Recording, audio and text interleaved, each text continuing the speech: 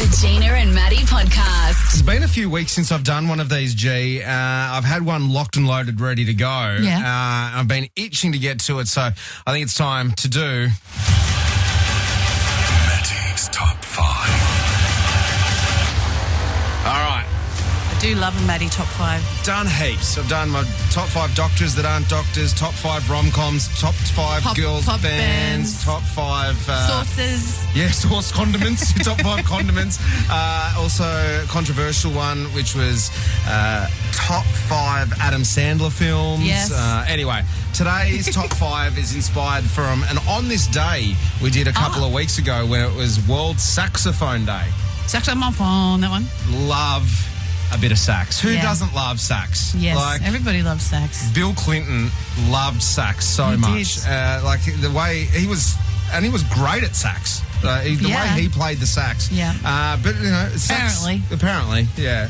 I did not have sexual relations with that woman. I used to play saxophone. You're a saxophone? Yeah, the What alto. is it, a saxophonist? Yeah, I used to play back in the day. And in the stage band, which is like a selective jazz Can band. you do some Hang on. selective, did you say? Can we just go back to that not so humble brag? Talk to me about the selective band. Well, it was all just like jazz instruments, saxophone, bass, keyboard, blah, blah, blah, blah. And I was a little saxophone in the front row, and I used to play the alto, and I got up and do solos, which I had to memorize off by heart. What's the solo that you could probably bust out now? Domino by... Jessie J? No, something Morrison. Jim Morrison. Jim Morrison. James Morrison. James. Yes. Domino for that one. Right, not the lead singer of The Doors. It would be James Morrison because he's a saxophone player, right? No, the one that sings Moon Dance. Oh. Something Morrison. Anyway, what else is bought? Sniper, Moon Dance. Van Morrison. Hey. I apologise to everyone who is yelling at us at the moment, going, "You idiots!" Gina's talking about James Morrison, the Australian trumpet player, trumpetist. But that would be a good top 5 is Van Morrison's Domino. It's got a good sax in it. When you get your radio show, you can do your top 5. Domino. I think you should bring your saxophone in one day and play us a solo. Yes. Please bring show and tell and let us have a go. No, not one day. Tomorrow. Yeah. Tomorrow. I stopped playing about 12 years ago. We don't care. Hey, I stopped playing cricket years ago and doing theatre, but I still talk about it like it was yesterday. That is fine. All right, let's get into this, though. So we're doing my top 5 songs with sax, and kicking us off is the mother monster herself, Lady Gaga, with The Edge of Glory. Oh, yeah. Because it's got a bit of that 80s feel about it. Could be a theme song for like an 80s TV show. Could be. I love the dance that goes with it. Oh, yeah. Play the air sax. Everyone, play the air sax. Let's go. Wow. CJ would be good at this. All right, that's enough of that. Let's get into number 4. And gosh, Guilty Feet have got no rhythm. Oh, surely this is number 1. Oh, you'll wait to see. George has a very special place in my heart, but he only sits at 4. He only sits at 4 with this one. Let's just sit in it a little bit. Sit in and enjoy it.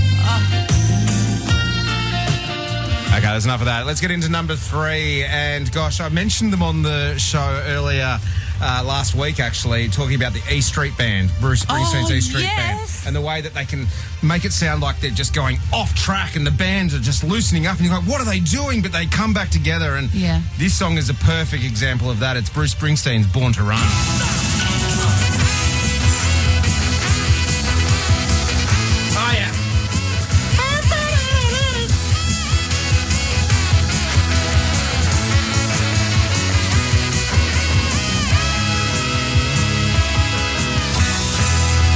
Love that song so much. Cool. So that's number 3. So number 2, gosh, it was a real toss-up between this one being number 1 and being number 2, but I just couldn't go past my selection for number 1 to have this beat it, but it's up there.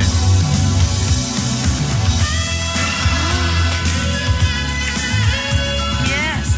Time of My Life, Bill Medley, Jennifer Warnes. Nobody puts sax in the corner. Dirty Dancing reference for the younger audience. Should we let it play out a little bit? Yeah. Here's the time of my life.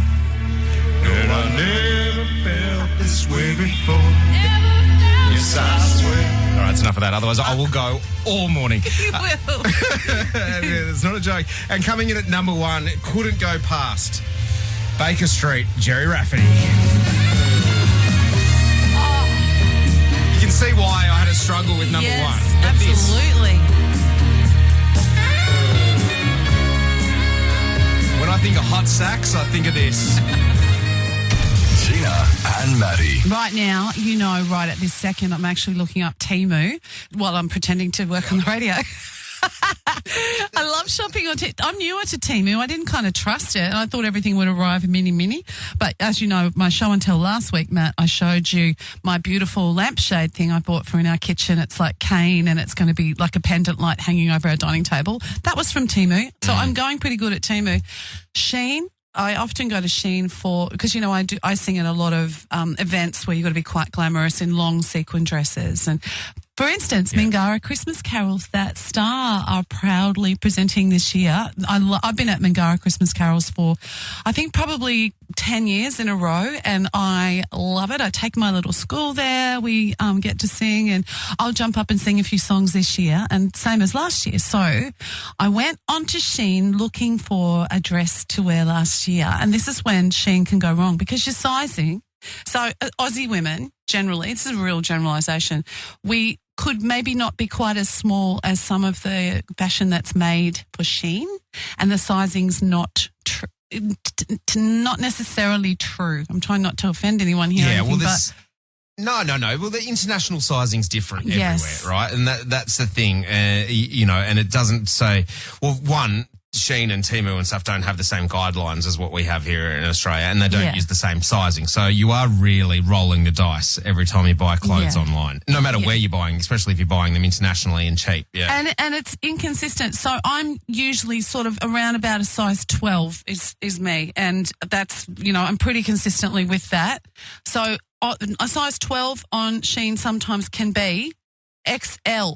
Because sometimes if I've ordered, say, over here, I'm medium. I'm sort of medium to large in some of the stuff, but it's very different over there. So an XL might have been me normally. So last year, let me show you. This is my show and tell. Okay. I've got to go and get it. I bought this. Okay, and then Gina's just walked off mic. She's gone to the other end of the studio. I can see her on my webcam here. This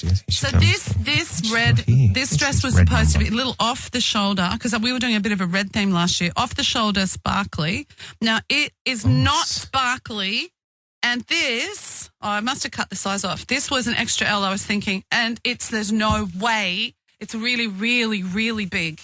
Like it's not going to fit me. It's nowhere near my size, and it's not even. I thought you were going and getting a doona cover just then.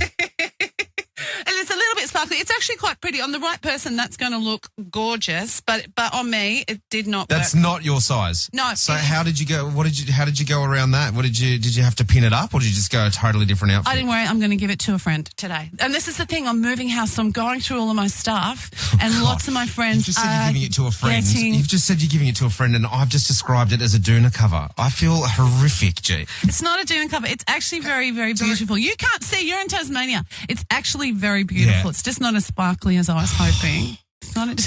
Oh, my God. Stop. You're going to regret saying that. How am I going to recover? I don't know how am I going to recover from this. So you saw that. That's not going to fit me. And it is gorgeous. Like anyone playing along at home, it's kind of the cold shoulder. It's got little straps up here, and it looks like your shoulder, the sleeves kind of fall off your shoulder a little bit, kind of low across the bosoms, and then just falls to it's actually very, very beautiful, but it's not right on me. That's all. It's going to look great on someone. You're red.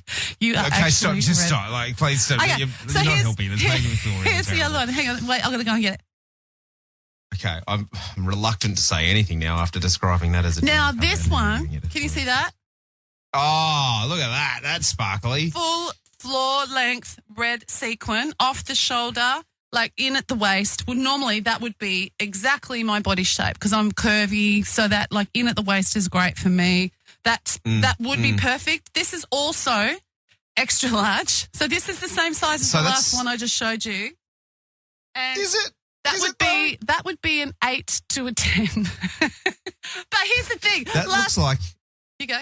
it would fit it looks like it would fit my 9-year-old daughter. That looks like it's almost a kid's size. Well, last year when I got it and it arrived, I'm going, because I was going to wear it to Mingara Carols last year. And I honest to God, I said to myself, you know what? I'll fit that one for next year. Well, kind of gone the other way.